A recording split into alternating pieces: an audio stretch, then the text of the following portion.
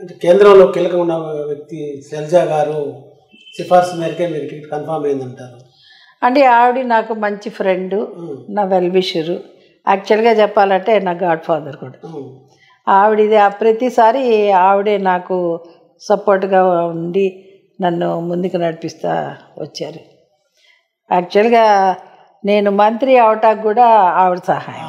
Madam అసలు ఆవిడ ఎలా పరిచయం అంటే అది ఆ విషయంలో మళ్ళీ జనార్దన్ రెడ్డి గారే సెంట్రల్ హాల్లో ఒక రోజున నేను జనార్దన్ రెడ్డి గారు, నెలవల సుబ్రహ్మణ్యం మేమందరం వెళ్తూ ఉంటే ఆవిడ అక్కడ కూర్చొని ఉంటే తీసుకెళ్ళి మమ్మల్ని పరిచయం చేశారు. ఎందుకంటే అప్పుడు కుడుమల పద్మశ్రీ గారు కూడా శైలజ గారికి పరిచయం జనార్దన్ రెడ్డి గారి ద్వారా.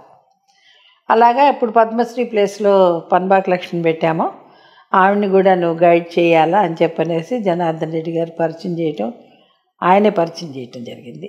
ఆ రోజు నుంచి ఈ రోజు వరకు కూడా అది కంటిన్యూ అవుతోంది ఆ ఫ్రెండ్షిప్.